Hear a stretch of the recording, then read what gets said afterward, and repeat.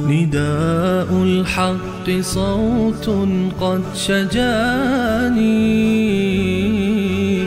وبلغني الحقيقة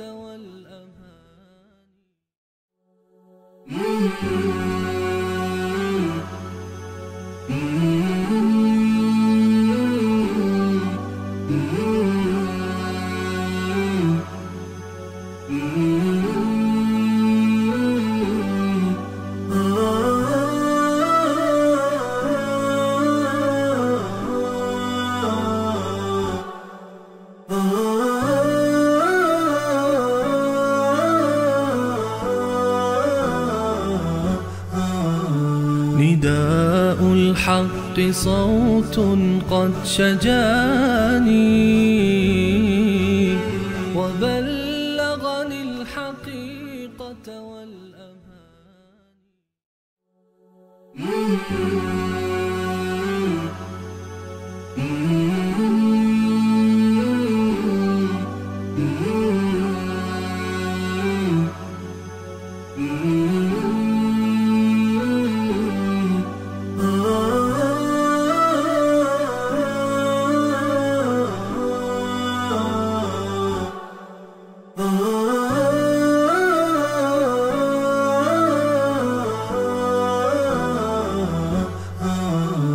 نداء الحق صوت قد شجاني وبلغني الحقيقة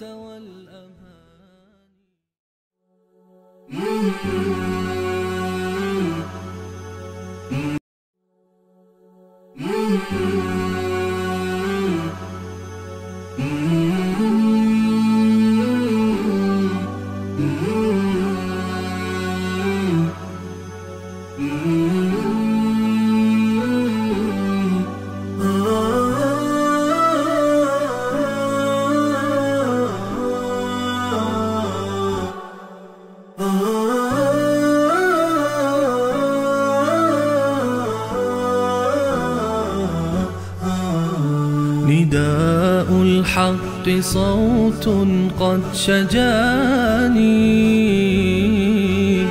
وبلغني الحقيقة والأماني وكان لي السبيل إلى المعالي ونورا للهداية والبيان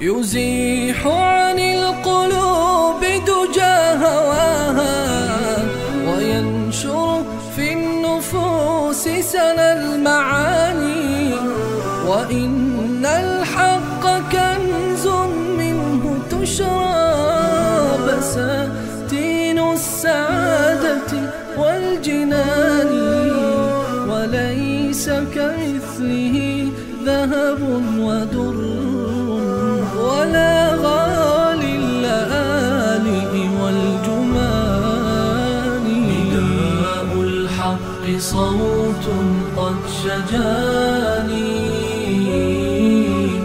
وبلغني الحقيقة والأماني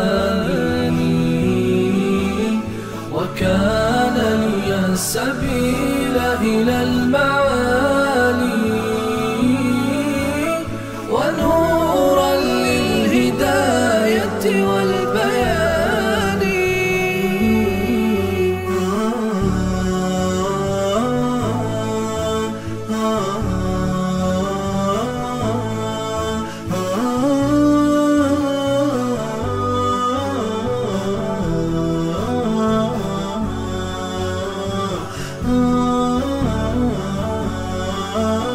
وللحق اهتدى قوم كرام فصاروا للنجاة وللأمان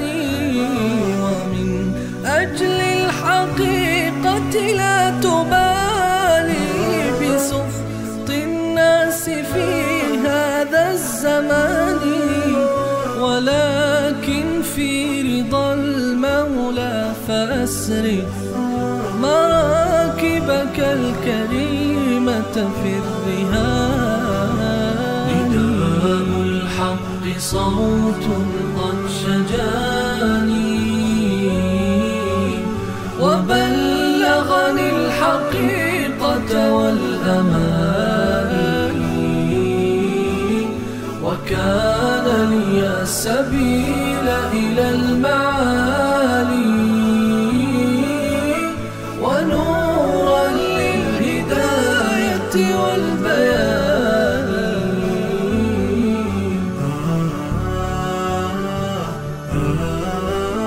وحب الآل من خلقي وديني، وهم والصحب في أفق المكان، سموا في الخير والتقوى فكانوا منارات الهداية للعيان. نواليهم ونقبس من هداهم ضياء في مشارعنا الحسان.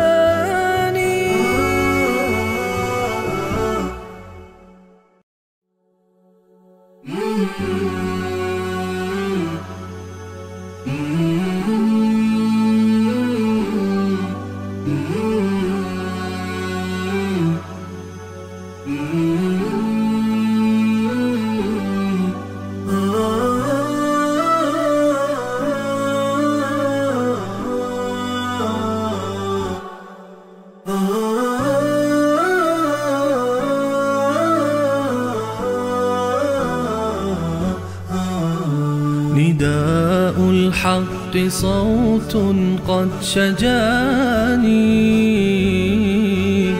وبلغني الحقيقة والأماني،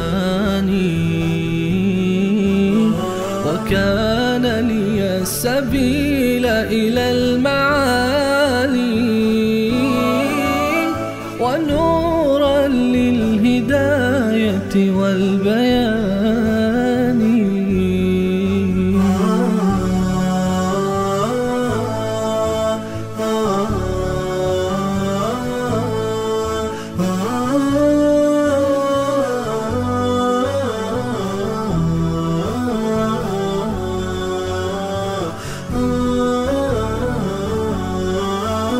يزيح عن القلوب دجى هواها، وينشر في النفوس سنا المعاني، وإن الحق كنز منه تشرى بساتين السعادة والجنان، وليس كمثله ذهب ودر ولا غالي اللآلئ والجمان. نداء الحق صوت قد شجاني وبلغني الحقيقة والأماني،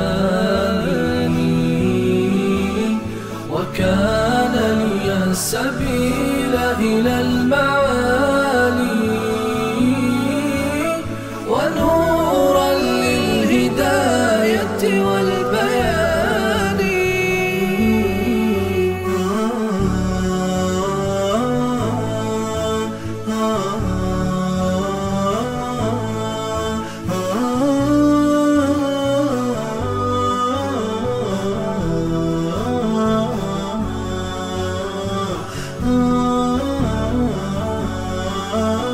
وللحق اهتدى قوم كرام، فصاروا للنجاة وللأمان، ومن أجل الحقيقة لا تبالي بسخط الناس في هذا الزمان، ولكن في رضا المولى المولى فأسرف مراكبك الكريمة في الرهان.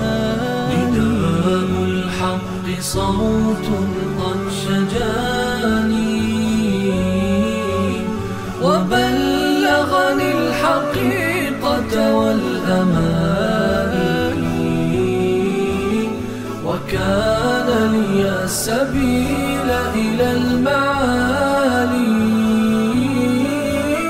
ونورا للهداية والبيان.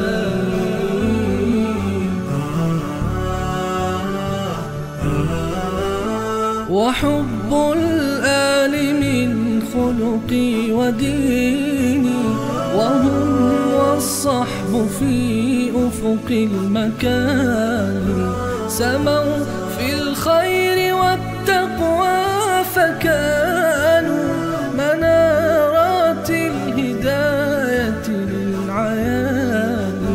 نواليهم ونقبس من هداهم ضياء في مشارعنا الحسان.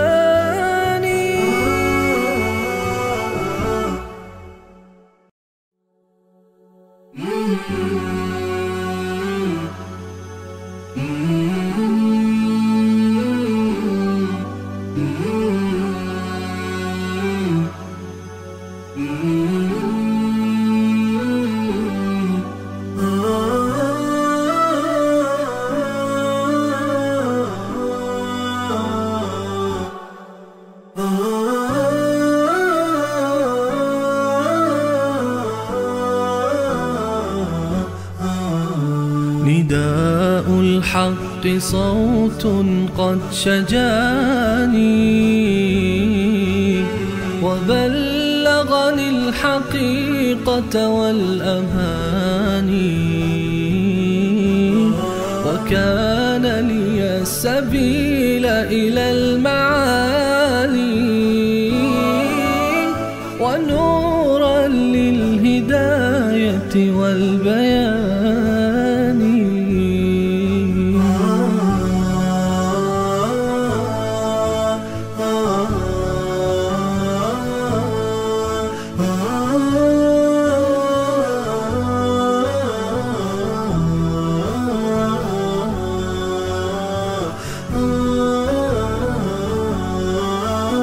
يزيح عن القلوب دجى هواها وينشر في النفوس سنا المعاني، وإن الحق كنز منه تشرى بساتين السعادة والجنان، وليس كمثله ذهب ودر ولا غالي اللآلئ والجمان. نداء الحق صوت قد شجاني وبلغني الحقيقة والأماني، وكان لي السبيل إلى المعالي ونورا للهداية والبيان.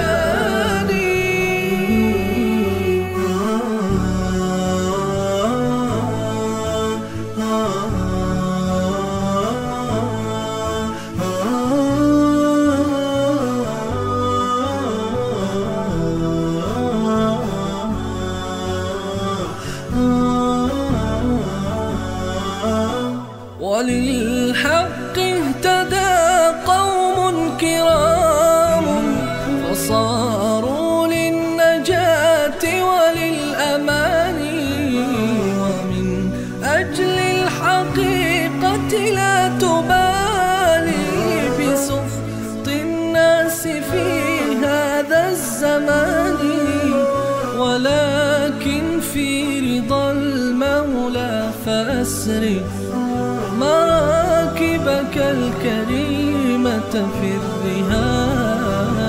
نداء الحق صوت قد شجاني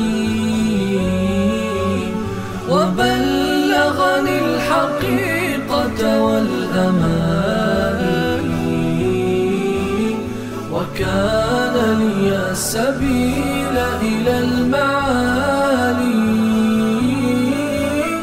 ونورا للهداية والبيان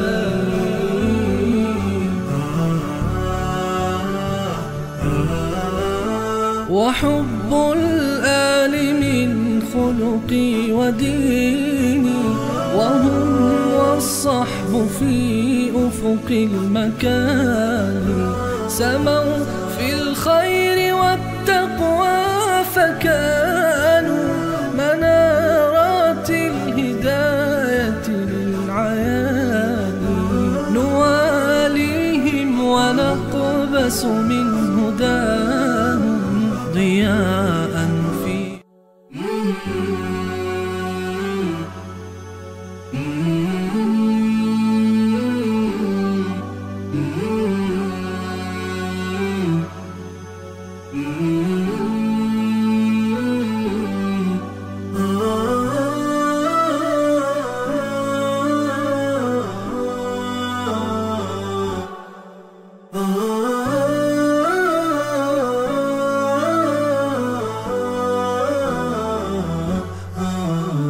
نداء الحق صوت.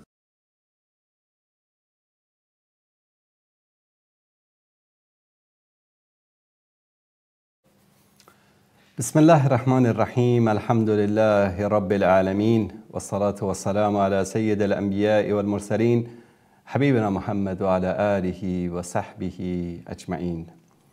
برادران و خواهران عزیز و گرامی، سلام الله علیکم و رحمته و برکاته. فرارسیدن ماه مبارک رمضان را خدمت تک تک شما عزیزان تبریک عرض می کنم. الله سبحانه و تعالی طاعات و عبادات شما عزیزان را قبول درگهش بگرداند. ماه رمضان فرصت است، فرصت بزرگی برای همه ما و شما عزیزان که خودمان را در این ماه محاسبه بکنیم. همانطوری که سیدنا عمر رضی الله تعالی عنه می‌فرماید که حاسبوا انفسکم قبل ان تحاسبوا، خودتان را محاسبه بکنید، نفس خودتان را محاسبه بکنید قبل از اینکه با شما حساب و کتاب بکنن. امروز روز کار است، عمل است و فردا در میدان حشر وقت حساب و کتاب است و الله سبحانه و تعالی مواسم مختلف را در طول سال برای ما و شما بزرگواران مهیا کرده است تا که از این فرصت ها استفاده بکنیم، توبه بکنیم و خودمان را محاسبه بکنیم، ببینیم در این یک سالی که گذشت از رمضان پارسال تا رمضان امسال که فردا اول رمضان است چه کردیم، چه گناهایی انجام دادیم و از این فرصت استفاده بکنیم که توبه بکنیم، چون که در این ماه مبارک درهای توبه به روی بندگان باز می شود، درهای جهنم بسته می شود و شیاطین به غل و زنجیر کشیده می شود و در هر شب از این شبهای مبارک شاید میلیون ها انسان، هزاران انسان از بندگان الله سبحانه و تعالی به فضل و کرم او تعالی و به وسیله توبه و دعا و عبادتی که انجام میدهند از آتش جهنم نجات پیدا میکنند. این ماه فرصتی است که ما به یک سری از عبادت هایی که باید در طول سال پایبند می بودیم، نماز، تلاوت قرآن و ذکر و دعا، در این ماه خودمان را عادت بدهیم، در این ماه این عبادت ها را با تمام و کمال انجام بدهیم و عزم کامل داشته باشیم که بعد از رمضان هم مانند ماه رمضان خواهیم بود. نباید انسان‌های رمضانی باشیم که فقط در ماه رمضان الله سبحانه و تعالی را میشناسند، فقط در ماه رمضان از الله سبحانه و تعالی میترسند، فقط در ماه رمضان عبادت میکنند، فقط در ماه رمضان قرآن میخوانند، فقط در ماه رمضان نماز شب میخوانند، بلکه ما در طول سال و در هر ماه مانند ماه رمضان باید باشیم. منتها فرق رمضان با ماه‌های دیگر این است که این یک فرصت استثنایی است. این فرصتی است که الله سبحانه و تعالی برای بندگانش میسر کرده است. نماز تراویح، نماز تهجد، تلاوت قرآن و عبادت هایی رو که در این ماه عموم مسلمان ها انجام میدهند، این باید در وجود ما، در نفس ما و در روح ما تاثیر داشته باشد. ماه رمضان ماه عبادت است، ماه قرآن است، ماه خوابیدن، ماه تنبلی نیست. ما اگر تاریخ اسلام رو مطالعه بکنیم میبینیم که بیشترین فتوحات، غزوات و جهادهایی که مسلمان ها انجام دادند، بزرگترین پیروزی هایی که نصیب مسلمان ها شده در ماه مبارک رمضان بوده است. ذکر الله سبحانه و تعالی در طول روز، وقتی که از خوردن و نوشیدن ما خودمون رو نگه می‌داریم، باید زبان ما هم روزه باشد، گوش ما هم روزه باشد، چشم ما هم روزه، همه وجود ما باید روزه باشد. و بهترین عملی که انسان میتواند خودش را از گناهان، از معصیت، از حرفهای زشت، از شنیدن منکرات، فسق و فجور نگه دارد، ذکر الله سبحانه و تعالی است. این ذکر الله سبحانه و تعالی است که انسان را از گناهان و از معصیت دور و انسان را به الله سبحانه و تعالی نزدیک می کند. یکی از فلسفه های دیگر ماه رمضان این است که وقتی که احساس تشنگی می کنیم، وقتی احساس گرسنگی می کنیم، به یاد کسانی بیفتیم که گرسنه هستند، تشنه هستند، حتی آب آشامیدنی شاید برایشان میسر نباشد و این سبب شود که ما چه در رمضان و چه در غیر رمضان به یاد فقرا، مساکین و بینوایان باشیم، از آنها دستگیری بکنیم، خاصتا در این ماه. و رسول الله صلی الله علیه و آله و سلم می‌فرمایند که کسی که روزداری را افطار بدهد، مانند اجر و ثواب آن روزدار را کسب می‌کند و از اجر و ثواب آن روزدار هیچ چیزی کم نمی‌شود. رمضان یک فرصت استثنایی است که اگر در حق کسی ظلم کردید، اگر کسی را از خودتون ناراحت کردید، اگر حق کسی را ضایع کردید، از این فرصت طلایی و استثنایی استفاده بکنید و از او طلب عفو و بخشش بکنید. این فرصت بزرگی است، چون دلها نرم میشه، دلها به الله سبحانه و تعالی نزدیک میشه. شاید اون کسی که شما را تصمیم گرفته بود که هرگز نبخشه، شاید در این ماه مبارک رمضان و در این اجوای روحانی و در این زمانی که دلها نرم است، دلها به الله سبحانه و تعالی نزدیکتر است، شما را ببخشه. و این بزرگترین پیروزی است برای یک مسلمان که حق برادران مسلمان خودش را، خواهران مسلمان خودش را ضایع کرده باشه، از اونها طلب عفو و بخشش بکنه. ماه رمضان فرصت استثنایی برای توبه است. بعضیا در رمضان پارسال با ما بودن، زنده بودن، میدیدیمشون، در کنار ما بودن، اما امروز نیستن. در طول این یک سال گذشته از دنیا رفتن. جوانهایی بودن که از دنیا رفتن، انسانهای میان سالی بودن که از دنیا رفتن، انسانهای سالمی بودن که هیچ بیماری و مشکلی نداشتن، شب خوابیدن و صبح از این دنیا رفتن. پس از هر ثانیه باید انسان استفاده بکنه برای توبه. امروز و فردا نکنید، توبه رو برای فردا، برای حتی 1 ساعت، 1 دقیقه بعد نه، همین امشب، همین الان 2 رکعت نماز بخوانید و توبه بکنید و درهای توبه رو الله سبحانه و تعالی بر روی بندگانش باز گذاشته. قل یا عبادی الذین اسرفوا علی انفسهم لا تقنطوا من رحمت الله ان الله یغفر الذنوب جمیعا.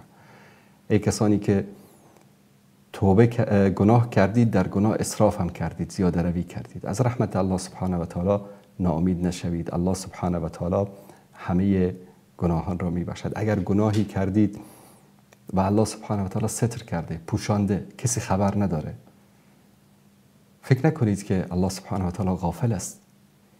در حسابتان، در نامه اعمالتان نوشته شده است. این که الله متعال ستر کرده این یک هشدار است برای انسان.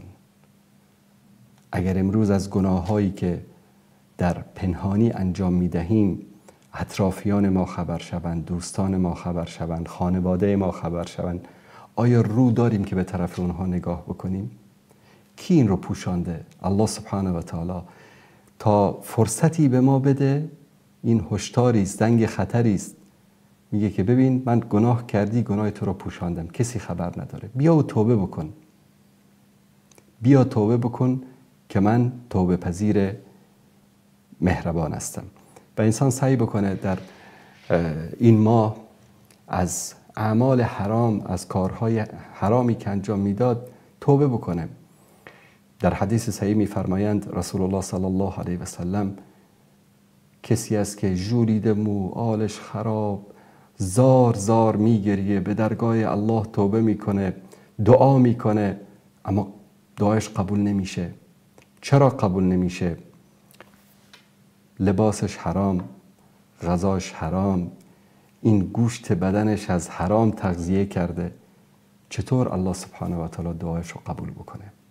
پس از آنچه که حرام است، از سود، خاصتا سودهای بانکی، امروز فتاوا زیاد شده، اینو بگیر حلال است، اونو بگیر حلال است، اینو بگیر مشکلی نداره، خانه بخر مشکلی نداره، ماشین بخر مشکلی نداره.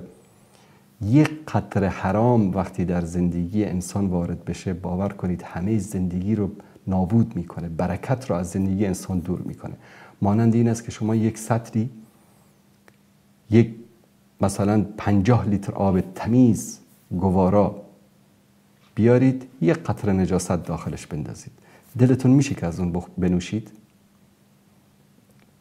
حرام اینطوری است، وقتی یک بار که وارد زندگی انسان شد، دیگه برکت، رحمت، مودت، همه آن آرامش و سکون روحانی که در زندگی انسان وجود داره همه رو از خودش با خودش میبره و انسان رو در یک حالت کدر، در یک حالت غم، اندوه، حزن، ناامیدی قرار میده.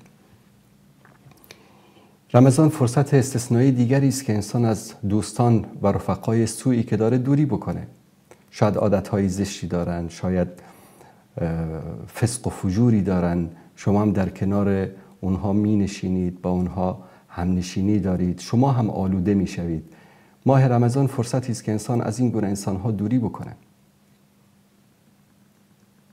چون همنشین بد در حدیث صحیح رسول الله صلی الله علیه و سلم می‌فرمایند مانند کوره آهنگری است. وقتی که در کنار کوره آهنگری بنشینید، اولا اون بوی گند این کوره به بدن شما می نشیند، هر طرف که برید بوی سوختگی، بوی بد از بدنتون میاد. ثانیاً اون شراره های آتشی که از این کوره می جهد امکان داره لباس شما را بسوزاند. و همنشین خوب مانند عطار است یا دکان عطاری است. وقتی که در اونجا مرور بکنید، اون بوی خوش عطر عطاری در بدن شما، در وجود شما می نشیند. وقتی از دکان عطاری خارج میشید، هر کسی که با شما روبرو بشه میگه عجب بوی خوشی از تو میاد. مثال امنشین بد و امنشین خوب این گونه است. شما هر چه سعی و تلاش بکنید، اون بوی گند و اذیت و آزار امنشین بد در وجود شما اثر خود را میگذارد. و همچنین فرصت استثنایی و طلایی است که در ماه رمضان انسان عادت بکنه به مسجد رفتن، همین تراویح رفتن، همین در ختمها رفتن. انسان را عادت میده. 30 روز، 29 روز، 30 روز انسان میره، هر روز، هر شب میره به مسجد. این رو باید عادت بده انسان خودش رو، بعد از رمضان هم این رو تکرار بکنه، عادت بکنه به این. یکی از بدیهای دیگری که در ماه رمضان متاسفانه وجود دارد این است که ما از فلسفه و هدف اساسی روزه گرفتن به دور میشیم. تا شب رمضان زندگی عادی است. از اول رمضان سفره‌های افطاری رنگین، غذاهای گوناگون، افطار آنچنانی، اسراف. الله سبحانه و تعالی کسانی که اهل اسراف هستن رو دوست ندارد. اصلا برای چی انسان روزه گرفته؟ از نگاه صحی، برای اینکه انسان با این گرسنگی کشیدن خودش رو تندرست بکنه، بدنش رو ریستارت بکنه، معده رو، روده رو، وجودش رو انسان پاک بکنه. اما متاسفانه میبینی که طرف ماه رمضان که تمام میشه 10-15 کیلو وزنش بیشتر میشه. به خاطر چی؟ به خاطر پرخوری، به خاطر اسراف. این انسان ها از فلسفه رمضان، از هدف اساسی رمضان بوی نبردن. رمضان ماه اسراف و خورد و نوش نیست. رمضان ماهی است که انسان باید این ماه رو اختصاص بده به عبادت، به تقوا، به پرهیزگاری. کتب علیکم الصیام کما کتب علی الذین من قبلکم لعلکم تتقون. هدف از روزه و ماه رمضان است که انسان به مرحله تقوا و پرهیزگاری برسه. طرف چنان میخوره در افطار که تا دم در مسجد میرسه، 2-3 تا آراق میزنه. اونایی که در کنارش هستن در نماز تراویح دستش به عذابند. این عبادت نیست. این استفاده وجیه و درست از ماه مبارک رمضان نیست. چطور ما 5، 6، 7، 8 نوع غذا رو سر سفره بیاریم و با شکم پر بخوریم و همسایه ما، دوستان ما، همشهریای ما، هموطنان ما شاید 1 دانه خرما هم برای افطار نداشته باشن.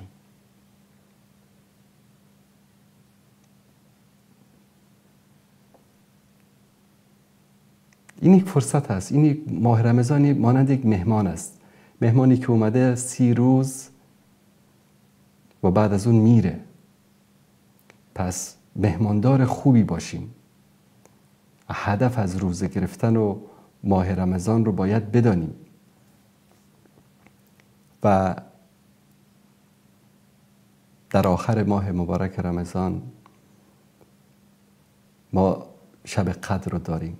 10 آخر ماه مبارک رمضان رو داریم که یکی از فرصت‌های بزرگ و استثنایی در زندگی انسان است که اگر انسان دعای انسان، نماز انسان در شب قدر که بهتر از 1000 ماه است و یک فرصت استثنایی است که اگر مورد قبول درگاه الله سبحانه و تعالی قرار بگیرد، فوز و فلاح و رستگاری و بهشت برین نصیب انسان می شود.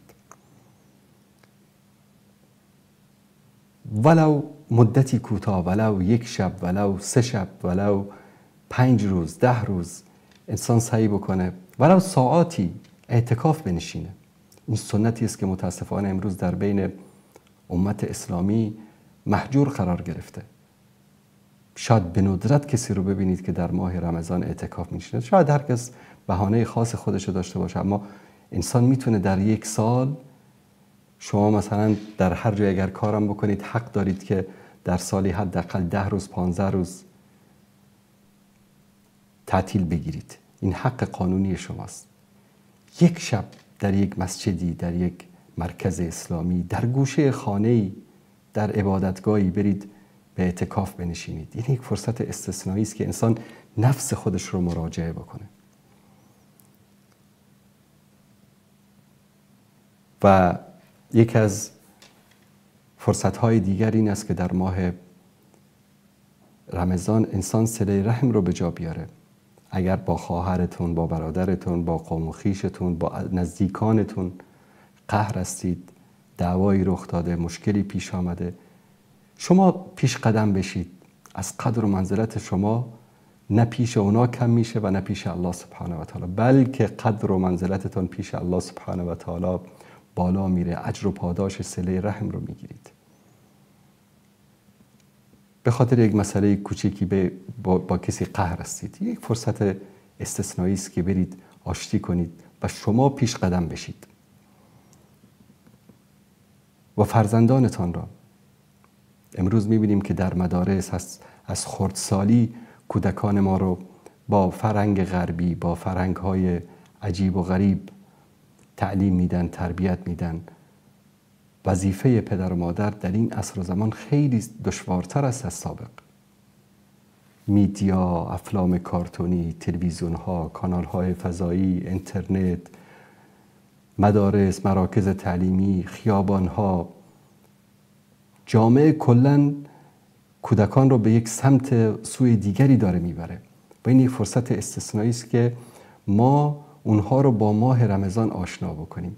البته نه به این شکلی که به شکل کلاسیک که بیایید سر سفره بشینید یا امروز روزه بگیرید، نه، سعی کنید با جشن گرفتن اول رمضان، نه به شکل اسراف و به شکل زینت بیش از حد، یک بالون هایی رو بیارید در خونه، رمضان خوش آمدی، رمضان مبارک باد، یک خونه بچه ها رو مثلا چراغانی بکنید، هدایای هر روز رمضان سر سفره بگید که مثلا اگر امروز بعد از ظهر مثلا تا وقت افطار اگر چیزی نخوردی و ننوشیدی، سر سفره افطار یک هدیه بهت میدیم.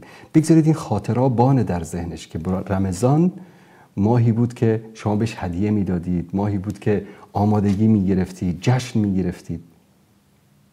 امروز ببینید نمیدونم روز معلم است که روز فلان است که روز زن است که روز این است و روز طفل است و روز عید فلانی است و عید استقلال است. در مدارس همه این روزها رو جشن میگیرن. ما چرا آمدن ماه رمضان رو در خانه هایمان خوشحالی نکنیم، جشن نگیریم تا کودکان ما احساس بکنن که یک چیز عجیبی داره رخ میده، یک ماه عجیبی داره میاد. باور میکنید من اولین باری که با کودکانم این کارو کردم، بعد از اون هر روز میپرسیدن که رمضان کی میاد، رمضان کی میاد، چون براشون یک خاطره بود. کودکانتون رو با خودتون ببرید، اونایی که بالاتر از مثلا 5-6 سال هستن ببرید با خودتون مسجد، ولو این که 1 رکعت 2 رکعت تراویح رو با شما بخونن، برن بازی بکنن، مشکلی نیست. عادتشون بدید به مسجد، عادتشون بدید به اون لحظه‌ای که سر سفره افطار نشستید و دستتون رو بلند کردید، وقت استجابت دعاست. اینو فراموش کردم بگم، یکی از فرصت‌های طلایی و استثنایی هر روز رمضان لحظات قبل از افطار. در طول سال هر روز لحظات قبل از غروب وقت استجابت دعاست. در ماشین هستید، در خونه هستید، در پیاده رو هستید، انتظار اتوبوس هستید، هر جایی که هستید، در دلتون شروع بکنید به ذکر و دعا. اما در رمضان قبل از افطار برای هر روزه‌دار یک دعای مستجاب است. از این فرصت استثنایی استفاده کنید و وقتی که دستتون رو بلند میکنید برای دعا کردن، کودکانتون رو بگید که دستاشون رو بلند بکنن، بگید دعا بکنید، بگید آرزو بکنید. حتی این دعایی که میکنید رو با صدای بلند با زبان خودتون، فارسی، پشتو، ازبکی، ترکمنی، ترکی، انگلیسی، روسی، هر زبانی که بلدن، تا اونها بشنون، آمین بگن، همین دعا رو تکرار بکنن. و این یک تربیت است و این در خاطرش، در ذهنش میمونه که هر سال ما یک ماهی داریم که یک ماه استثنایی است.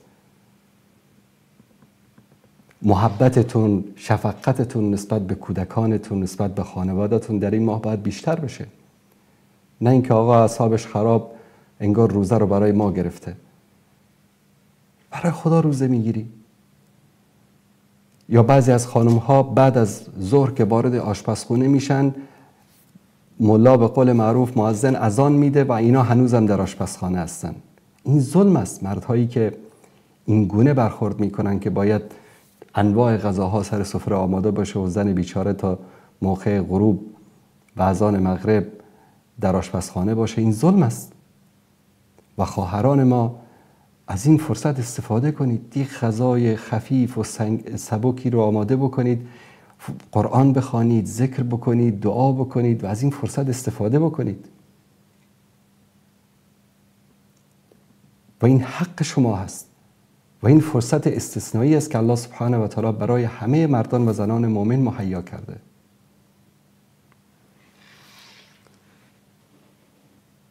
و سعی کنیم در این ماه مبارک حداقل 1 بار در طول این ماه قرآن کریم رو ختم بکنیم. این ماه قرآن است. در ضمن تنها روحانی کردن قرآن و ختم کردن طرف من در این ماه 3 بار قرآن رو ختم کردم.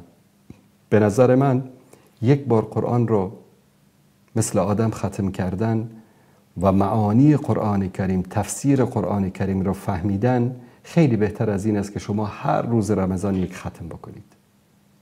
1 ختم بکن، اما با تفکر، با تدبر، با فهمیدن معانی و تفسیر آیات قرآن کریم. الله سبحانه و تعالی به همه ما و شما عزیزان این توفیق را عطا بکنه که از این ماه مبارک و از این لحظات آسمانی و از این اوقات استجابت دعا بهترین استفاده رو بکنیم و یک تغییر کلی در زندگی خودمون در این ماه مبارک ایجاد بکنیم. دوستان عزیز، از همین لحظه به بعد تماس‌های شما عزیزان رو خواهیم داشت. شماره تماس برنامه رو عزیزان زیرنویس کردن و میتونید شما عزیزان تماس بگیرید و عزیزانی که رمضان رو تبریک گفتن، به همه شما بزرگواران فرارسیدن ماه مبارک رمضان رو تبریک عرض میکنم. فردا اول ماه مبارک رمضان هست و در حرمین شریفین هلال ماه مبارک رمضان رویت شده و طبق رأی خیلی از فقها و علما وقتی که در یکی از سرزمین‌های اسلامی هلال رویت میشه، خاصتا وقتی در یک جغرافیا هستن، در یک منطقه و در یک مداری هستن، در همه سرزمین‌های اسلامی رمضان شروع میشه. پس فردا اول ماه مبارک رمضان است در افغانستان، در ایران، در عربستان، در ترکیه، در مصر، در کشورهای حوزه خلیج، در شمال آفریقا. فردا اول ماه مبارک رمضان است. بیننده عزیز سلام علیکم، بفرمایید. سلام علیکم و رحمت الله. علیکم السلام و رحمت الله و برکاته. خدا کنه که جور سلامت باشین استاد. سلامت باشید، الله مطالبستان کنه. بفرمایید. یک چند سوال استاد داشتم، دیر وقت از کوشش میکنم که به تماشام که تا نخاطر از سوالای مزیات است یک سره. بفرمایید. خدا کنه که عذاب نشیم. یک چند سوال داشتم. مسجد که ما میریم میگه که زکات آدم میتونه بده به مسجد. حقیقت داره یا نداره به نظر شما؟ بله، یعنی بعضی از علما چیز دادن، فتوا دادن که زکات رو میشه به مسجد، به مدرسه دینی، به تحفیظ قرآن، به اینها داد، چون همه اینا فی سبیل الله هست. خب بسیار خوب. بله. بسیار خوب. یعنی که به خود مسجد آدم بده که مسجد، یعنی که کرای مسجد بدن و باز کرای مسجد رو، مصرف برق مسجد رو، تعمیر مسجد رو به هر کدامش داده بشه درست است. خب بسیار خوب. بسیار خوب. سوال دیگه مثلا از نماز هست. آدم میتونه که نماز هم اگه آدم بسیار وقت آدم کم باشه یا وقت نماز کم باشه که قضا شوه، تنها که الفاتحه آدم نماز بخونه بدون از که آدم یک سوره بخونه در پولیش؟ بله میشه. اوکی. نماز یعنی فقط سوره فاتحه یعنی واجب است که یعنی لا صلاة الا بفاتحه الكتاب، رسول الله صلی الله علیه و سلم میفرمایند. یعنی نماز انسان نمی شود مگر اینکه سوره فاتحه رو بخونه. کسی سوره فاتحه رو نخونه نمازش اصلا نمیشه. این اصلی که شروط نماز است. منتها سعی کنید که سوره های خیلی کوتاه رو بخوانید، ولو که مثلا سوره کوثر، سوره صمد مثلا، این خیلی زیاد وقت انسان رو نمیگیره. شاید در یک دقیقه سوره قل هو الله احد رو بخوانید. من خواست از خاطر از این پرسان کردم که یگان دفعه آدم اگه به فجر یک ذره ناوقت میخیزه یا روشنی دیده میشه که آدم تیزی که در نماز خود ختم کنه از خاطر از اون. درست. امی نماز تراویح را که آدم میخوانه، آدم میتونه که 20 رکعت در یک دفعه نیت کنه یا آدم باید 4 رکعت نیت کنه؟ اصل نمازهای شب، یعنی غیر از نماز عشاء که شما 4 رکعت فرض میخوانید، نمازهای شب همه 2 رکعتی است. دو رکعت. سنت این است از پیامبر صلی الله علیه و سلم که نمازهای تهجد و تراویح اینها 2 رکعت است. در همه این نمازها چه فرض چه غیر فرض به زبان آوردن نیت شرط نیست. به مجرد اینکه شما رفتید وضو گرفتید، برای چی وضو گرفتید؟ برای خواندن نماز تراویح، درست است؟ برای رفتن به بازار که وضو نگرفتید، برای این وضو گرفتید که برام نماز تراویح رو بخوانم. وارد مسجد شدید به خاطر چی؟ به خاطر نماز خواندن. پس این خودش نیت است و مکان نیت کجا هست؟ قلب انسان هست. نیت یک عمل قلبی است، یک عمل لسانی نیست. در بعضی از عبادت ها مانند حج سنت است که انسان تلبیه بگوید، نیت را به زبان جاری بکند، اما در نماز نیت کردن به زبان شرط نیست.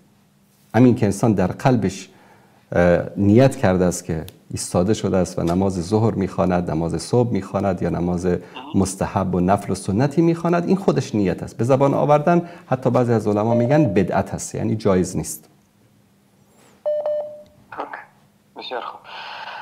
و در مسجد که آدم که میره، آدم نماز سنت یا نفل که میخونه، اقامه که داده میشه، آدم باید از دفعتا نماز خود استاپ کنه یا آدم میتونه که؟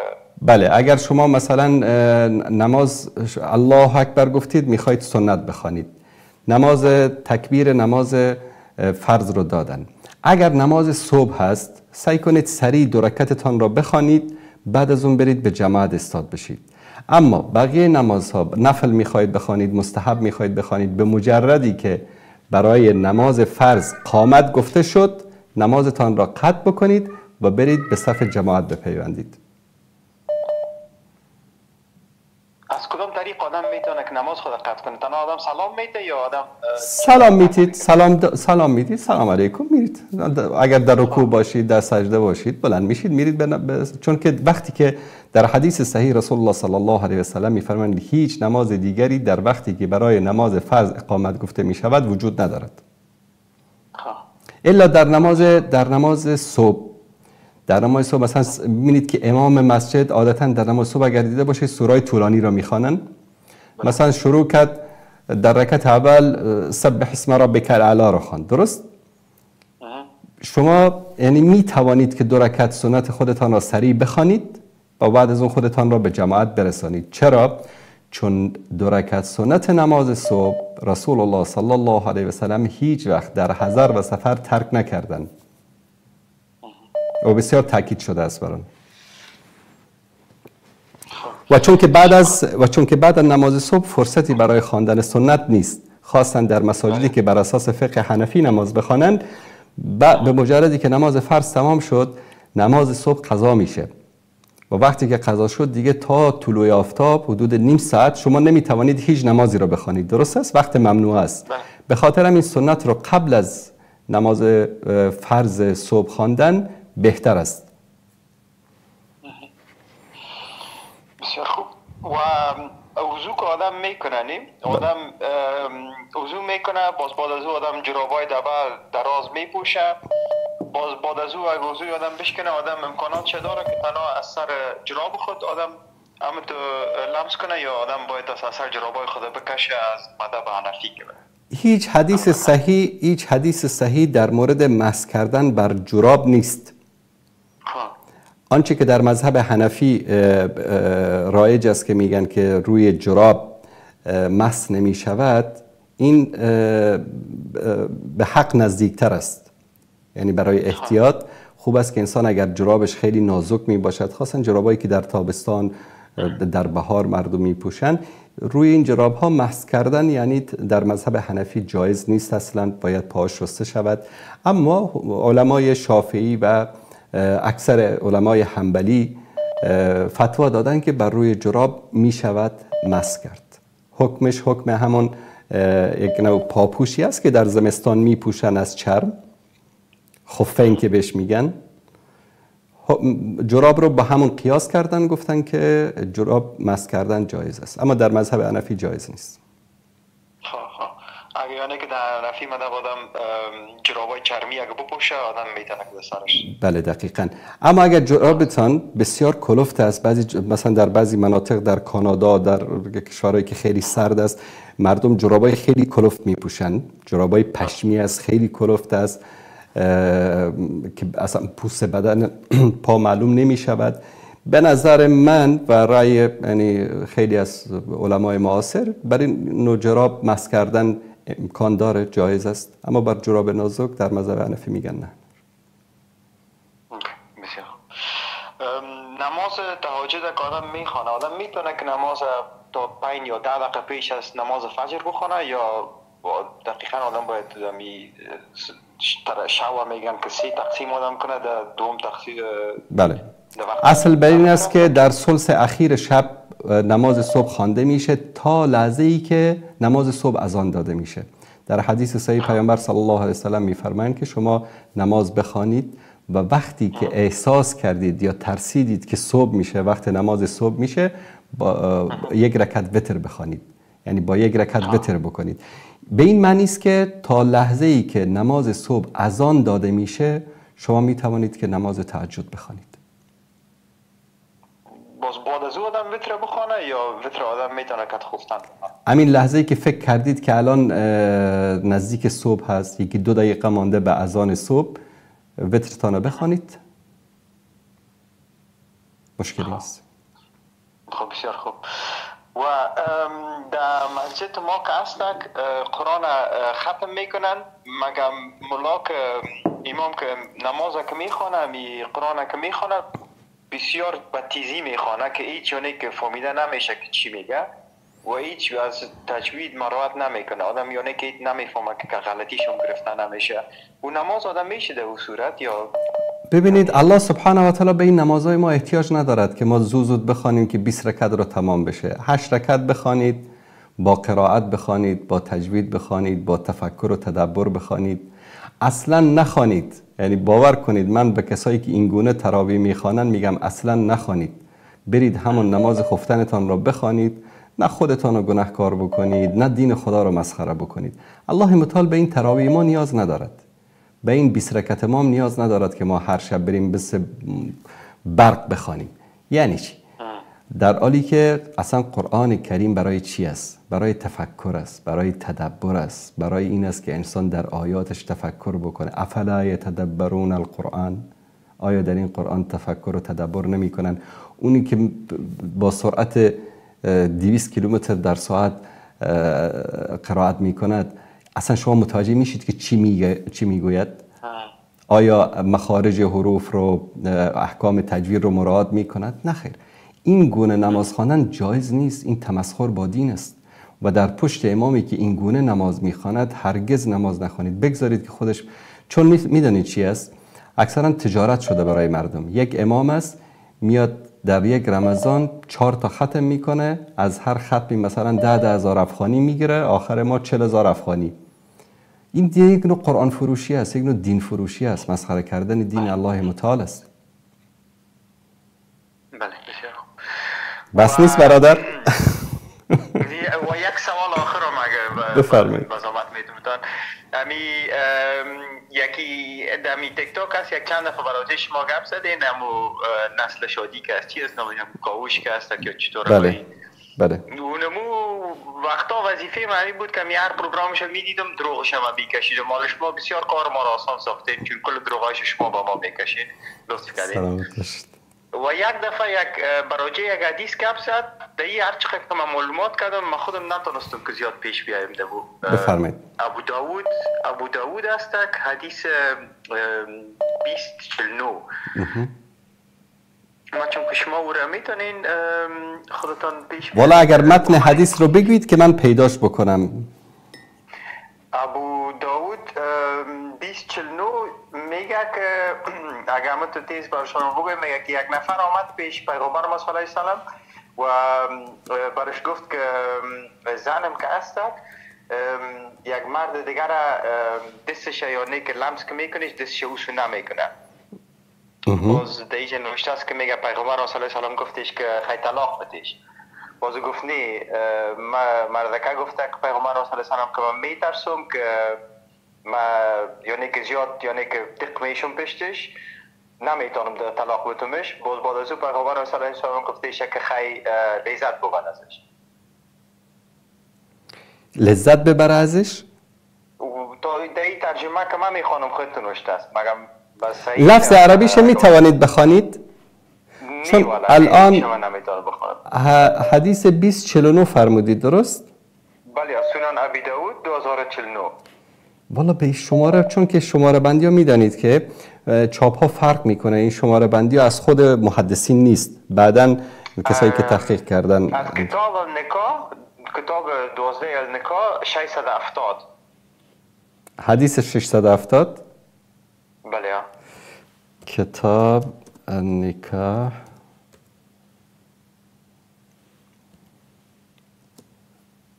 حدیث 670.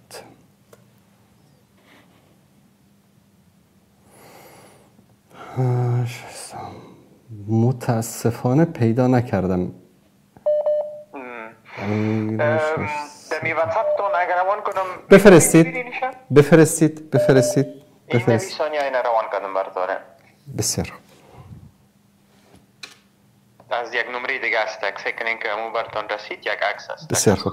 پس من با شما خداحافظی میکنم، بعد این حدیث رو میبینم، انشاءالله پاسخ شما رو خواهم داد. تشکر. هزار بار تشکر. زنده باشید. تشکر. سلام علیکم. بیننده گرامی سلام علیکم، بفرمایید. سلام علیکم. علیکم السلام و رحمت الله و برکاته. استاد انصاری عزیز، من همیشه برنامه شما رو میبینم و فقط خواستم از شما تشکر کنم و از خداوند متعال خواهانم که علما و همچنین جناب عالی را حفظ بفرمایند. سلامت باشید. برکات شما مستفید بشیم. الله متعارفتون کنه. تشکر از شما. تشکر، جزاک الله خیر. سلامت، خدا نگهدار شما. تشکر میکنم.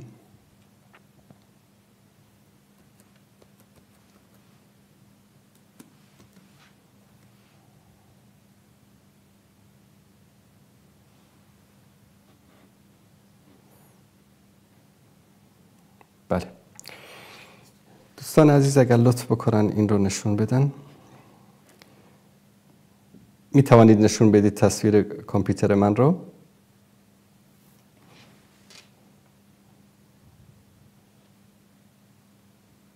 بله امیدوارم که بشه. بله بسیار خوب. این حدیثی که انا رجلا سعد و قال ان امرأتي لا تمنع يد لامس، ليس هذا الحديث يثبت عن النبي صلى الله عليه و آله و سلم. این حدیث از پیامبر صلی الله علیه و سلم ثابت نشده است. یعنی اکثر لیس له اصل، هیچ اصلی ندارد این حدیث، حدیث ضعیف است. تقریبا همه مصادرش برادر عزیز که این حدیث رو ذکر کرده، این حدیث ثابت نشده.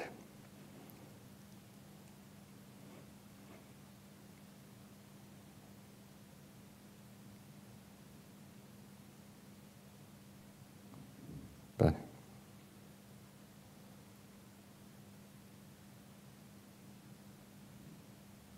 این حدیث ضعیف است و ثابت نشده برادر عزیز، و احتجاج کردن به همچین حدیثی درست نیست. و این یکی از مشکلات این هست که میرن یک حدیث رو در یک جای پیدا میکنن، بعد از اون حدیث ضعیف رو، حدیث باطل رو، بعد از اون میگن ببینید این اسلامشون بوده، این پیغمبرشون بوده، این فلان. من یک چیز دیگه به شما بگم. بالفرض این حدیث درست، یک شکل دیگری مطرح بکنم، به شکل یک مثال که دوستان متوجه بشن. میرید پیش به شما میگه که این ماشینی که شما دارید ماشین خوبی نیست. یک خبیر، یک مهندس، یک مکانیک میگه این ماشینی که شما دارید ماشین خوبی نیست. شما میگید والله این ماشین رو اگر که من این ماشین رو مثلا بفروشم، اگر این ماشین رو بندازم دیگه ماشین دیگری نمیتونم بگیرم، من دارم لذت میبرم از این ماشینم، ماشین خیلی خوبه. میگه باشه اختیارت، برو کیفت بکن. الان رسول الله صلی الله علیه و سلم حکم رو برای این شخص بیان کردن. فرمودن که مادامی که زن تو همچین عیبی دارد طلاقش بده. طرف گفت که نمیتونم، جدایی او رو، دوری او رو نمیتونم تحمل بکنن. کأنه پیامبر صلی الله علیه و سلم بهش فرمودن که مادامی که اینقدر دیوس هستی برو کیفتو بکن. عادتاً یعنی احادیثی که اینجا دوستان توجه بکنه، ان رجلا، یک مردی آمد پرسان کرد. همچین انسان‌های مجهولی که باشن، یا بیابانگردن یا کسایی که چندان اشخاص مثلا از صحابه و از نزدیکان پیامبر صلی الله علیه و سلم نیستن، به خاطر همین پیامبر صلی الله علیه و سلم بهش گفتن که حکمش این است که، یعنی حکم که من میگم این است که طلاقش بده. گفت نمیتونم. مثل میمونه که یک شخصی هست همسرش یک سری مشکلات داره، مثلا بی‌حجاب است. وقتی که میره مثلا شوهرش میره سر کار، این زنش میره مثلا بی‌حجاب میره در کوچه و بازار میگرده. کسی میاد بهش میگه که مثلا همسرت همچین یک مشکلی داره، میگه به تو چه؟ به تو چه؟ زن من است، اختیارش دست من است، به تو چه؟ همین طرف بهش میگه خب اختیارت، برو کیفتو بکن. اما در مورد غیرت اصحاب رسول الله صلی الله علیه و سلم، ما اگر بخوایم که یک برنامه جداگانه بگیریم، روایت هایی است، داستان هایی است که اصلا شاید باورتان نشود. به طور مثال از چندین نفر از صحابه روایت است که اسبی رو که یا مرکبی رو که خانمش سوار میشد، سفری میرفت، مثلا حجی، عمره‌ای میرفت، وقتی برمیگشت اون مرکب رو یا اون اسب رو یا اون شتر رو میکشت، یعنی قربانی میکرد، ذبحش میکرد، گوشش رو تقسیم میکرد بین مردم. پرسیدن که چرا این کار رو میکنی؟ گفت که شتری که یا مرکبی رو که همسر من سوار شده بعد کسی دیگری سوار نشه. به این اندازه مثلا حساس بودن. یک روز عبدالله بن مسعود نزدیک خونه رسید که دید همسرش با یک وضع مثلا حجاب بدون مثلا چادر بگیم دم در وایساده، تا که دید نیزه رو کشید که بزنه همسرشو. این کار درست نیست، یعنی شرعاً این کار درست نیست. مانند داستان سعد بن عباده که وقتی قضیه شهادت و این چیزا نازل شد، گفت من کسی رو بیام ببینم که با همسرم داره مثلا زنا میکنه، برم 4 نفر شاهد بیارم، میزنم گردنش و تنش جدا میکنم. داد زد، گفت که صبر کن. نزدیک آمد گفت چه خبره؟ گفت داخل خانه یک ماری هست، از ترس من آمدم بیرون که منو نیش نزنه. یا صحابه دیگر که میگه همسرش یک سیب رو یک گازی زده بود، سر را فقیری رد شد، گفت که از برای خدا یک چیزی بدید. خانمش میخواست همون سیب رو بده، زد دستش رو، اون سیب رو گرفت، گفت به اون سیبی که لبها و دندان تو خورده من راضی نیستم که یک مرد بیگانه دیگر بگیره اون گاز بزنه. یعنی از این مثال ها خیلی زیاد است، اما اینها مثل مگس هستن.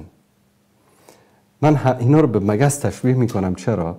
شما در یک جایی همه باغ و گل و شکوفه و سبزی و درخت و چیزای خوب هست، اما مگس ببینید میره رو کثافت میشینه. آخوندهای شیعه و این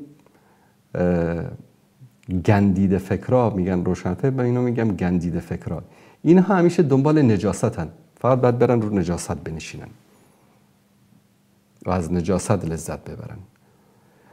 و چرا زیاد دنبال این گونه موضوعات میگردن؟ چون که این در بین خودشون، در خانواده خودشون، در ماحول خودشون وجود داره. کسی که به خدا ایمان نداره، کسی که به پاداش و جزا و زنا و نمیدونم بهشت و جهنم و این چیزا اعتقاد نداره، برای این چیزا اصلا فرقی نمیکنه. و این که میاد اینا رو به رخ مسلمان ها میکشه، اکثر اینها، چون حالا دیگه من متاسفانه در این افتادم که باید جواب اینو بدم، الله سبحانه و تعالی شر اینا رو کم بکنه از سر امت اسلامی. میبینم اکثر مسائلی که مطرح میکنه فقط به خاطر این است که طرف مقابل رو، مسلمانایی که اونجا هستن، عصبانی بکنه، بعد اونا توهین بکنن، فحش بدن، بعد از این سوء استفاده بکنن. دیدید این اخلاق مسلمان، این چیزا. طبعا یک انسانی رو که شما به مقدساتش توهین بکنید اعصابش خراب میشه. به خاطر همین نصیحت من همیشه به دوستان، به جوانانی که میرن در لایف ها اینا، در برنامه، این است که از دینتون اطلاع ندارید نروید. من این حرفم رو با یک دلیل از قرآن کریم خدمت شما عزیزان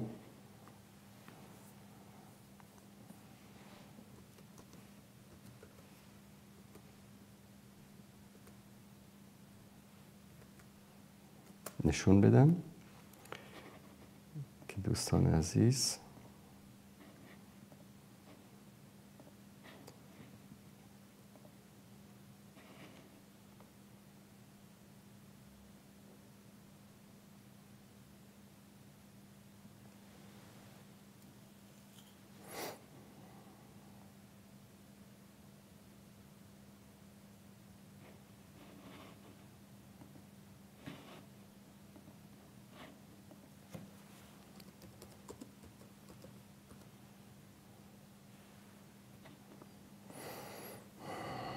بله، آیه 140 سوره نساء است.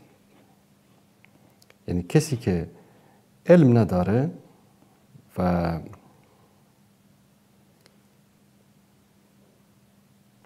بله دوستان اگر این رو نشون بدن، این سوره نساء آیه 140 الله متعال میفرماید وقد نزل علیکم فی الکتاب، و نازل شده است برای شما در کتاب، ان اذا سمعتم آیات الله یکفر بها و یستهزأ بها فلا تقعدوا معهم حتی یخوضوا فی حدیث غیره. اگر دیدید در جایی که به آیات الله سبحانه و تعالی مسخره میشد، آیات الله سبحانه و تعالی رو بهش کفر می‌ورزیدن، تمسخر می‌کردن، استهزا می‌کردن، ریشخند می‌زدن، فلا تقعدوا معهم، با آنها ننشینید. اگر بنشینید و حرفای اونها رو گوش کنید، مثلا می‌بینید طرف 800 900 هزار نفر در لایف است، 600 700ش جوانهای مسلمانی است که در انتظار نشستن که ما بیایم به این یک فحش بدیم یا جواب این رو بدیم. جوابش هم نمیتونی بدی، علمم نداری، از حدیثم خبر نداری، چرا میری در لایفش؟ چرا میری در لایفش؟ مادامی که خبر نداری، علمشو نداری، نرو. چون الله متعال میفرماید که اگر شما میرید در اونجا به پیامبر تو توهین میکنه، حتی عورات به اصطلاح همسران پیامبر، خود پیامبر، یاران پیامبر رو به زبانش میاره، فحش میده، توهین میکنه، اهانت میکنه بر اساس دروغ، بر اساس تلبیس، خیانت. بعد تو هم میری اونجا مینشینی، سیاهی لشکر میشی. الله متعال میگه اگر این کارو میکنی انکم اذا مثلهم، شما مثل اونها خواهید بود. علما برداشتشون از این است که کسی که در مجلسی مینشینه و در اونجا به آیات الله کفر گفته میشه، ریشخند زده میشه، تمسخر و استهزاء صورت میگیره، مثل اونهاست. یعنی چی؟ کافر میشه.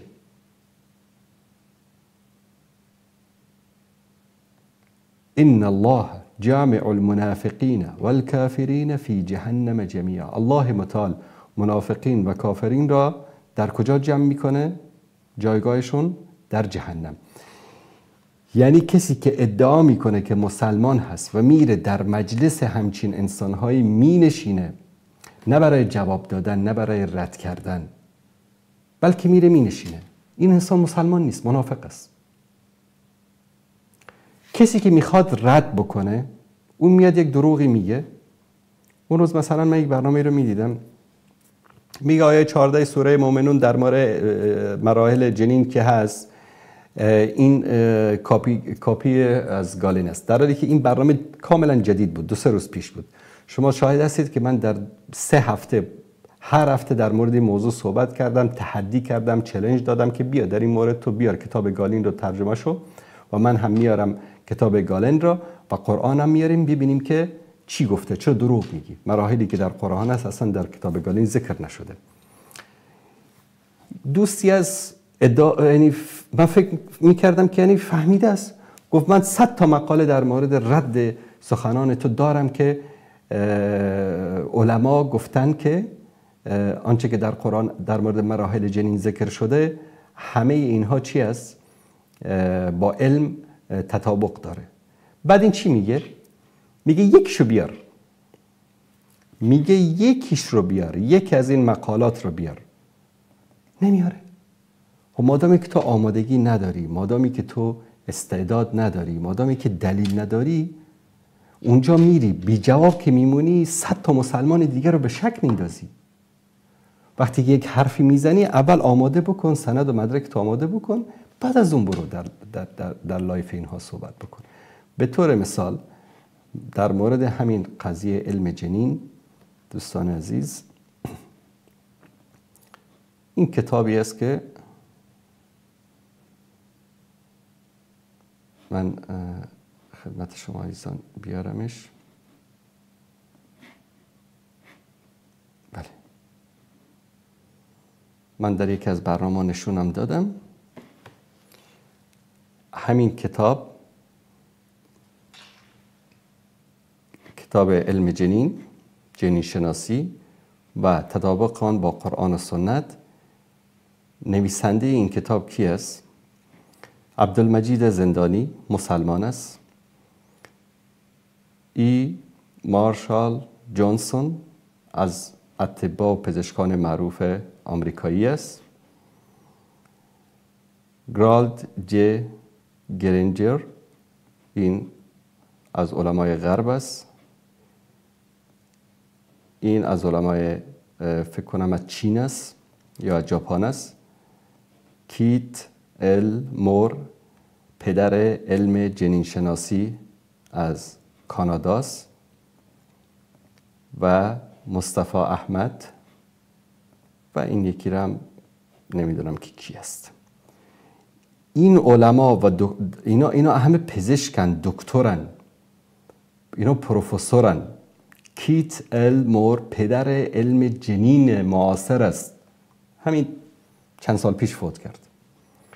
اینا این کتاب رو نوشتن و تایید کردن که قرآن کریم، ببینین هر جایی که آورده آیات قرآنی رو با علم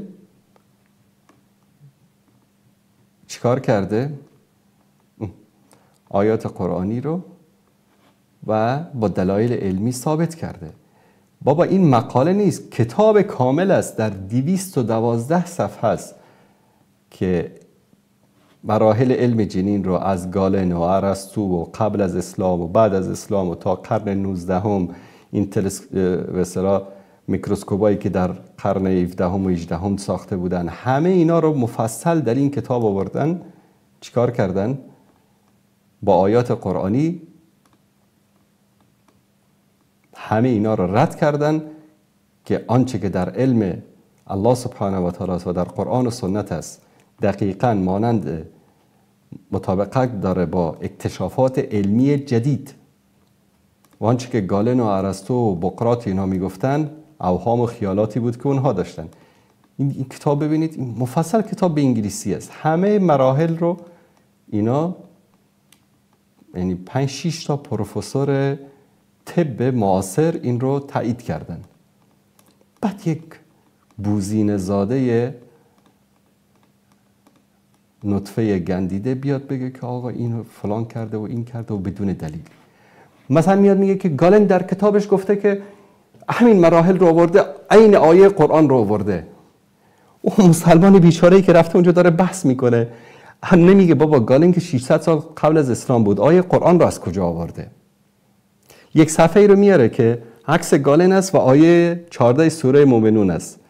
میگه که ببینید این کتاب گالن هست و این طرفی که داره باش بحث میکنه نمیگه بهش که بابا جان در اون موقع قرآن از کجا بود که گالن آورده این آیه رو در کتاب خودش بود.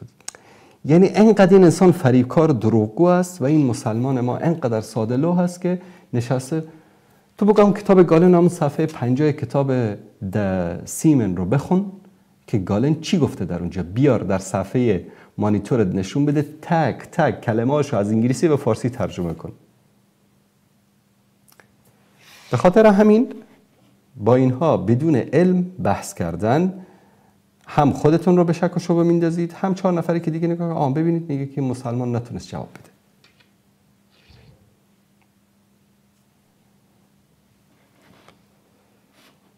تشکر میکنم از بینندگان عزیز.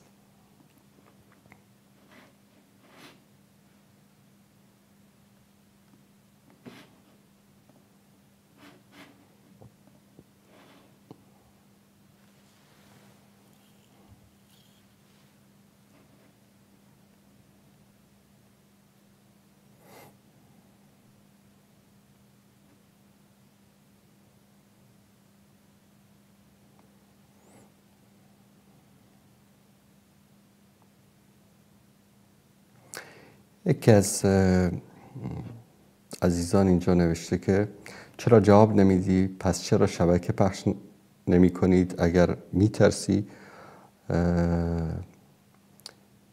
دوستان عزیز،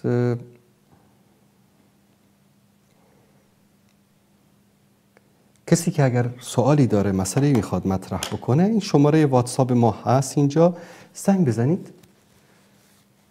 شیعه هستید، ملحد هستید، از هر طایفه‌ای که هستید، شماره واتساپ هست اینجا، زنگ بزنید، سوالتون رو مطرح بکنید.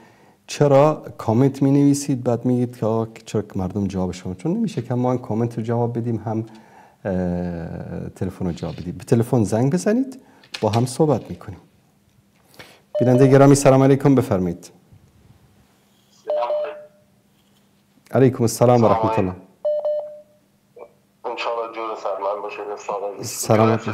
سلامت باشید، زنده باشید. ما استاد عزیز فقط درباره یک موضوع معلومات از پیشتان میخوام و نظرتان رو میخوام. بفرمایید. اگر فکر کنید و کس همیشه آدم میشینه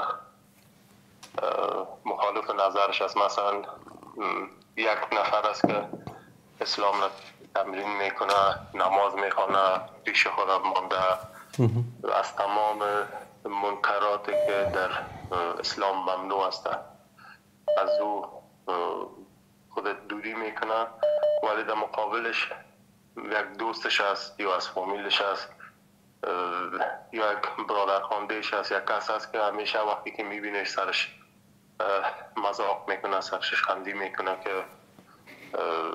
ریشه تسیکو که ملا رو ماندی نماز میکنی و یعنی اگر روزه میگیره سر روزه گرفتنش، یعنی اگر هر کار را که اسلام گفته میکنه، موسیقی نمیشنوه، رقص نمیکنه، در محفلی که شراب باشه نمیشینه، هر جایی که ببینه سرش مذاق کنه، رشخندی کنه و امون نفره که مذاق رشخندی میکنه خودش میگه که من مسلمان هستم، من مسلمان هستم، من این کارا را میکنم و بعضی وقت حتی این میشه که صدایشان بالا میشه با یکی دیگه و گپک از روزه میشه یا از زکات میشه یا از حج میشه. اگر روزه شوا میگه روزه مثلا یکی میگه یعنی آدم مریض میکنه، یا اگر زکات شوا میگه زکات عربا کشیده به خود، یعنی درست زکات به عربا هسته، یا اگر حج بگوی باز بگوی حج میگه. یعنی همان شخص این حرفا را هم میزند یا این شخص دیگری است؟ شما الان در مورد کسی صحبت کردید که نماز میخوانه، روزه میگیره، اما مسخره میکنه دوستش را. همان شخص میگوید که زکات را عربا کشیدن؟ بله زکات عربا کشیده و موسیقی را حلال میکنه، حلال میدانه و خب باشه، در این مورد صحبت میکنیم. اینقدر زیاد میشه ای که فکر کنید که 1 سال 2 سال 3 سال 10 سال همه قدر با هم که میبینن حتی احترام ها خلاص میشه و از مثلا از شما به تو میخیزه و بسیار جنجال ها میکرده. چشم در این مورد صحبت میکنم. بخواهیم که کتر یک آدم چی نوع رفتار بکنه به خاطر که اگر از احترام بگه احترام هم شد، اگر از هر نگاه نفری که به دین خود محکم است احترامش هم میکنه، تمام چیزا کرده، اما داخل هیچ جای گنجایشش نیست. دیگه یک نظرتان میخواستم انشاءالله که نظرتان بدید. وقت خوش براتون میخوایم. سلامت باشید. انشاءالله خداوند جزای خیر نصیب کنه. سلامت باشید. تشکر هستم. علیکم السلام و رحمت الله و برکاته. ببینید کسی که زکات، روزه، حج، عمره و یکی از شعائر دین بر اینها مسخره بکنه، تمسخر بکنه، اینها را انکارش که کفر صریح است. انکار زکات بگه این عربا کشیدن، انکار حج بگه این عربا کشیدن به خاطر که پول جمع کنن، عمره کردن، ریش، عمامه، قرآن، به شعائر دین تمسخر کردن، این کفر است. انسان رو اتوماتیک از اسلام خارج میکنن. اینایی که جوک درست میکنن، مزاح درست میکنن، فکایی درست میکنن. والا مولانا نصرالدین یک روز از مسجد میبرآمد. همین که میگه مولانا نصرالدین از مسجد میبرآمد، بعد از یک فکایی رو میگی مردم میخندن، اتوماتیک از اسلام خارج شدی بدون برو برگشت. اسلام با کسی شوخی نداره.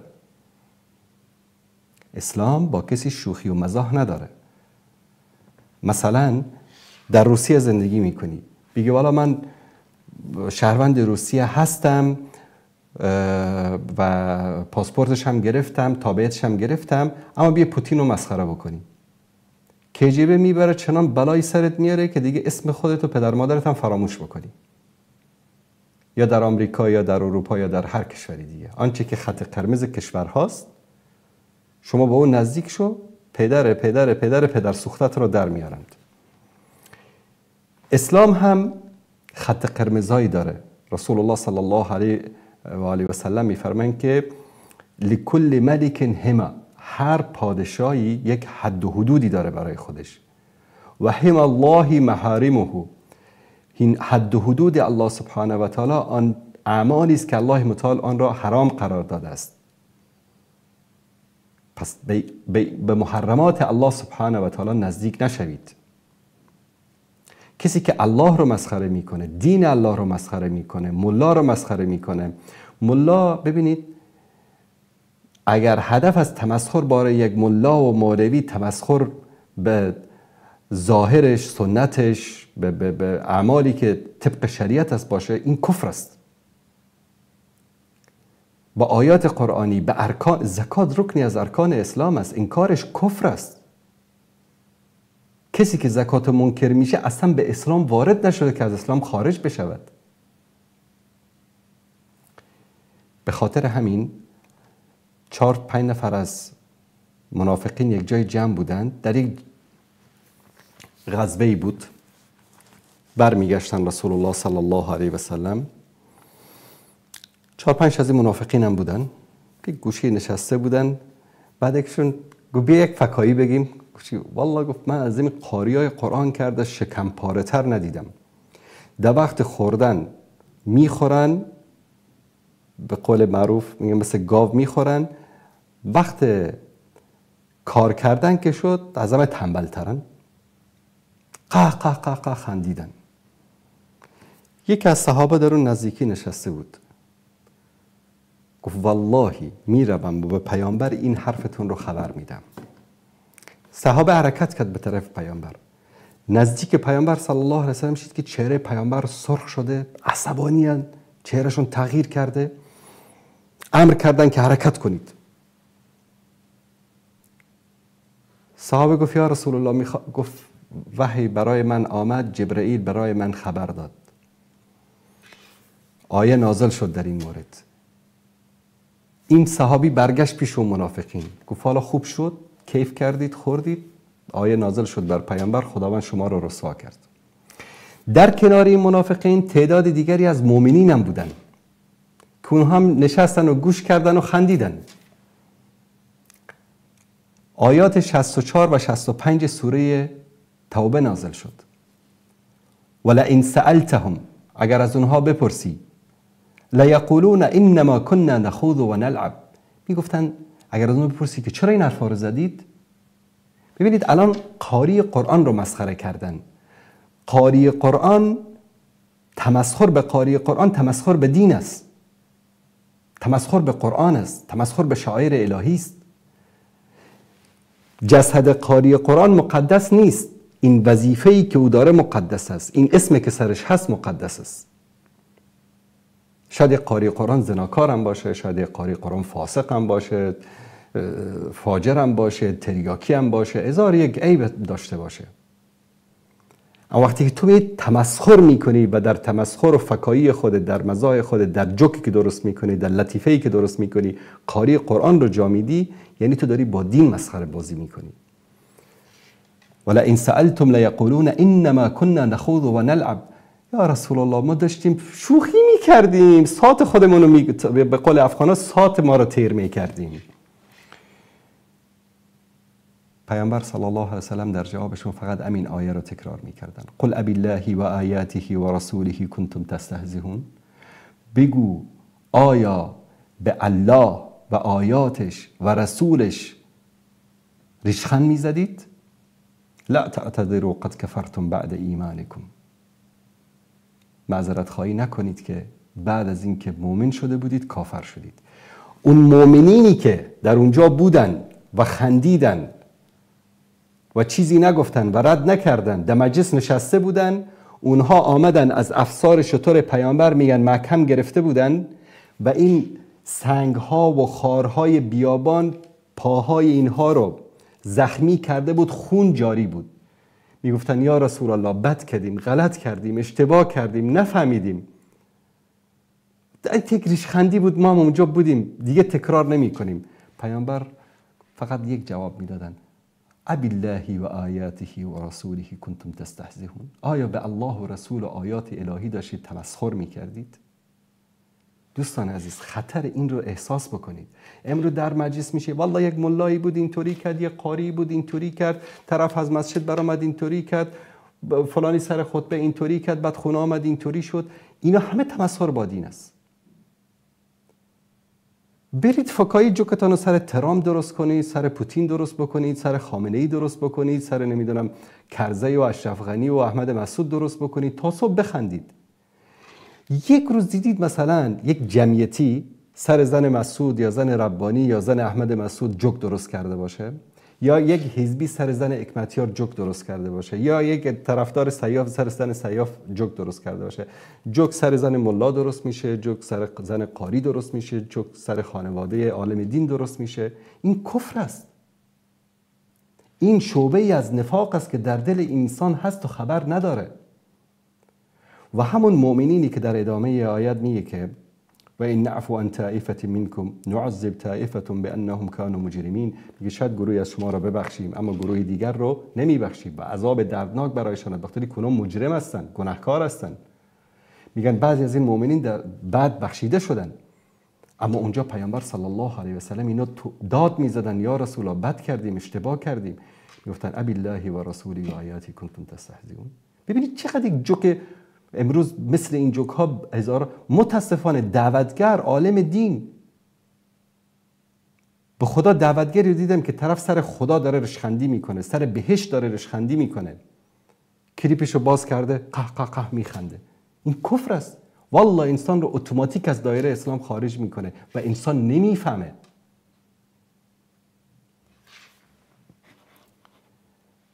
کسانی که تمسخر میکنن با آیات الهی،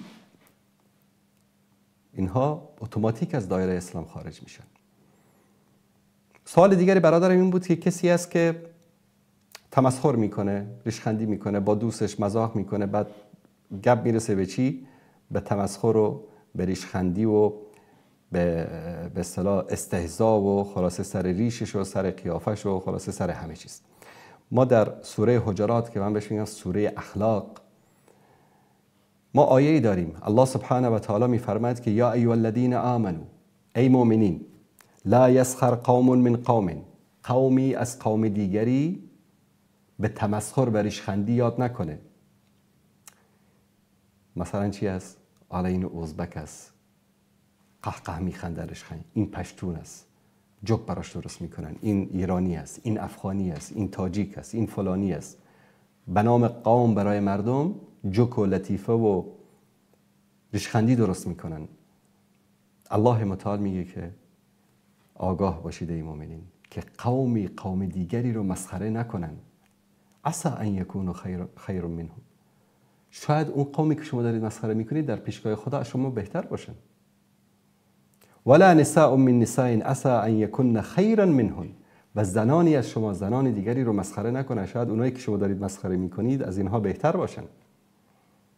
ولا تلمزوا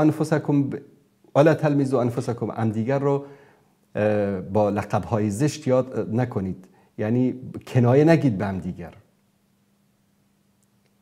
ولا تنابزوا بالالقاب، با لقب‌های زشت هم دیگر یاد. متاسفانه در تاجیکستان، در افغانستان خیلی زیاد است. لنگ فلانی، کور فلانی، شل فلانی، خیلی زیاد است.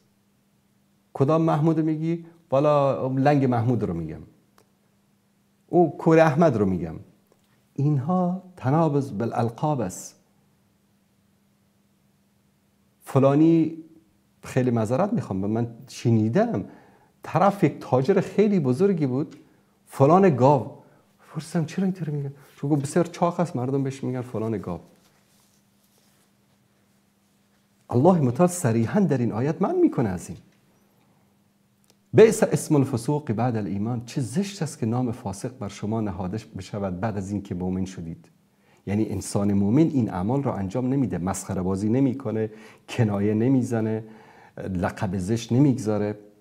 و من لم یتب فاولئک هم الظالمون، کسانی که و توبه نمیکنن از این اعمال، اینها از جمله ستمگاران هستند. حدیث دیگری است از رسول الله صلی الله علیه و آله و سلم، در مسلم روایت است. یک روز رسول الله صلی الله علیه و سلم صحابه رو جمع کردن، فرمودن اتدرون من المفلس، میدانید که انسان مفلس کی است؟ امروز ما شما هم در افغانستان، ایران، تاجیکستان بگید فلانی مفلس است، یعنی چی؟ یعنی پول نداره، فقیر است. صحابه هم گفتن یا رسول الله المفلس فینا من لا درهم له ولا متاع، مفلس در نزد ما کسی است که پول نداره، زندگی نداره، فقیر است. فقال رسول الله صلی الله علیه و سلم فرمودن ان المفلس من امتی، مفلسای امت من میدانید کیا هستن؟ همه ساکت شدن. الان دیگه صدا از کسی در نمیاد. میگن وقتی پیامبر این احکام رو مطرح میکردن، صحابه طوری گوش میدادن اگر مرغی میامد، گنجش میامد رو سرشون مینشست، اینا تکون نمیخوردن. ان المفلس من امتی یأتی یوم القیامة بصلاة و صیام و زکات، مفلس امت من کسی است که روز قیامت با نماز و روزه و زکات میاد. یعنی چی؟ کسی که نماز و روزه و زکاتش رو ترک نکرده، بقیه عبادتاش هم ترک نکرده. 5 وقت نمازش رو در مسجد خوانده، نماز شب خوانده، تراویح خوانده، تهجد خوانده، نفل و مستحب و هیچی رو ترک نکرده. زکاتش هم داده، ماه رمضان هم روزه گرفته. میارنش حساب و کتاب میکنن، ماشاءالله ترازو رو ببین که چند بیلیون تن نیکی و حسنات جمع شده براش. و قد شتم هذا، اینو فوش داده، و اکل مال هذا، و مال این رو خورده، و سفک دم هذا، خون این رو ریخته، و ضرب هذا، اون یکی رو زده، یکی رو فوش داده، یکی رو کشته، مال این رو خورده، به اون رکی توهین کرده، به این غیبت کرده. بعد چی کار میکنن؟ الله متعال امر میکنه فیعطا هذا من حسناته و هذا من حسناته. میگه چیکار میکنن؟ میان این زکات و نمازشو تقسیم میکنن بین اونها. نمازشو با اون میدن، زکاتشو با اون میدن، خیراتشو با اون میدن، حجشو با اون یکی میدن. صحابه ملائکه میگن یا الله این همه حسناتش تموم شد، خالی شد. بعد از اون میگه فان فنیت حسناته قبل ان یقضى ما علیه، قبل از اینکه حق اونها داده بشه حسناتش تموم شد. این طرف 80 سال نماز خوانده، روزه گرفته، حج کرده، صدقه داده، همش ظرف 1 ثانیه تموم شد، پخش شد بین مردم. اخذ من خطایاهم فطرحت علیه ثم طرح فی النار. چیکار میکنه؟ الله سبحانه و تعالی به ملائکه میگه حسناتش تموم شد، روزه، نماز، زکات، حجش تموم شد. میگن یا الله تمام شد، هیچی نمونده.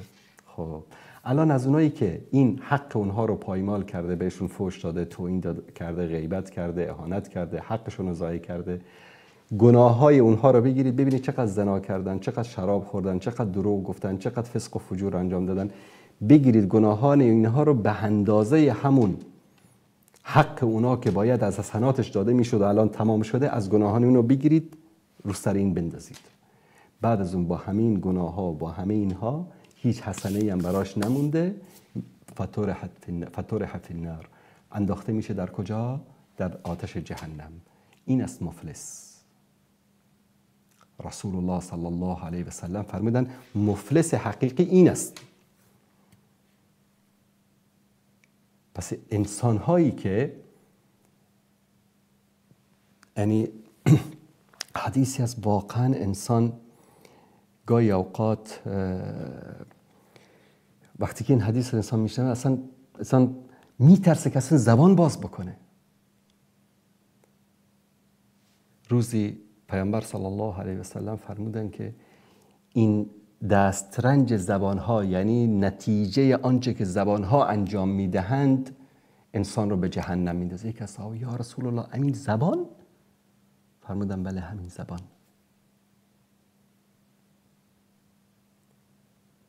گاهی اوقات فرمودن انسان کلمه ای رو میگه که ولا یلقی لها بالا، اصلا حواسش نیست. امروز میگیم بعضی از دوستتون ناراحت میشه، دیروز یک حرکتی کردی، والا می خیلی میبخشی، معذرت میخوام، من والله حواسم نبود، من اصلا فکر نمیکردم شما اونجایی، والا از کوچه رد شدی اصلا سلام دادم علیکم نگرفتی، والله اصلا حواسم نبود. راستم میگه اصلا حواسش نبود، حواسش به رانندگی بوده، ندیده طرف رو. بارها برای من اتفاق افتاده، دوستان شکایت کردن بابا از فلان جا رد میشدی سلام دادیم جواب سلام ندید. با الله متعال شاهد است من ندیدم، متوجه نبودم اصلا. اینو میگن حواسم نبود. میگه حرف کلمه ای میگه، یک کلمه میگه که ولا یلقی لها بالا، اصلا حواسش هم نیست. چی میشه؟ در جهنم فرو میره به اندازه 70 خریفا، یعنی 70 پاییز. یعنی چی؟ 70 سال.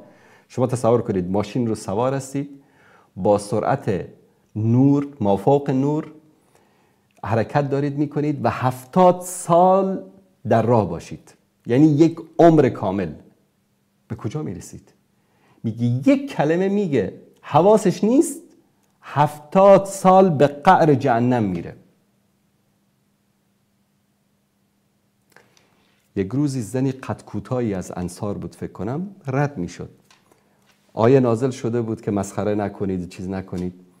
ام المؤمنین عایشه صدیقه، از بگم یعنی درجه حدیث رو نمیدونم که چند اندازه است، شنیدم از علما میگن که حضرت عایشه به حضرت حفصه اینطوری کرد، یعنی با گوشه چشم اشاره کرد که نگاش کن، همونه داره رد میشه.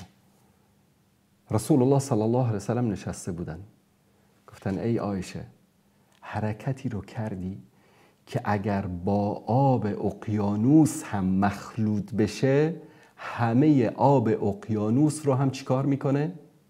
فاسد میکنه. با گوشه چشم یک اشاره کردن این همه گناه بزرگی است و ما امروز گوشه چشم چی که با همه وجودمون این اعمال زشت رو انجام میدیم. الله سبحانه و تعالی حفظمون بکنه. خب دوستان عزیز، امشب تراویح هست، شاید در بعضی از کشورها نماز تراویح هم خونده باشن. بر صورت انشاءالله بعد از ماه مبارک رمضان دوباره همین برنامه ها روزهای جمعه و آن روزه که در روزهای سه‌شنبه ادامه خواهد داشت. امیدوار هستیم که در لحظات آسمانی سحر و افطار ما رو از دعای نیکتان فراموش نکنید و همونطوری که قبلا هم اعلان کردیم از فردا به اذن الله تعالی تفسیر قرآن کریم به مدت 1 ساعت تقریبا برنامه جدیدی هست توسط استاد فضل حق سلیمانی، هم در شبکه جهانی نور، هم در شبکه صدای حق در آمریکا و هم در صفحه یوتیوب ندای حق روزانه 1 قسمت پخش میشه. حتما دوستان عزیز این برنامه رو ببینن. برنامه است که تالا مثل و مانند و سابقه ای نداشته در زبان فارسی. تفسیر خیلی جامع، شامل و کامل و خیلی مفید. در این ماه مبارک رمضان استفاده کنید. این یک پروژه بسیار بزرگی است که انشاءالله الله سبحانه و تعالی دعا بکنید که توفیق بده که اینو به پایان برسانیم، که طبق صحبت هایی که شده تقریبا در 700 قسمت خواهد بود. 30 قسمتش هر روز ماه مبارک رمضان 1 قسمت انشاءالله تعالی در این شبکه ها پخش میشه. همچنین در صفحه یوتیوب ندای حق هم میتوانید ببینید. و صلی الله علی سیدنا و حبیبنا محمد و علی آله و صحبه اجمعین و السلام علیکم و رحمت الله و برکاته.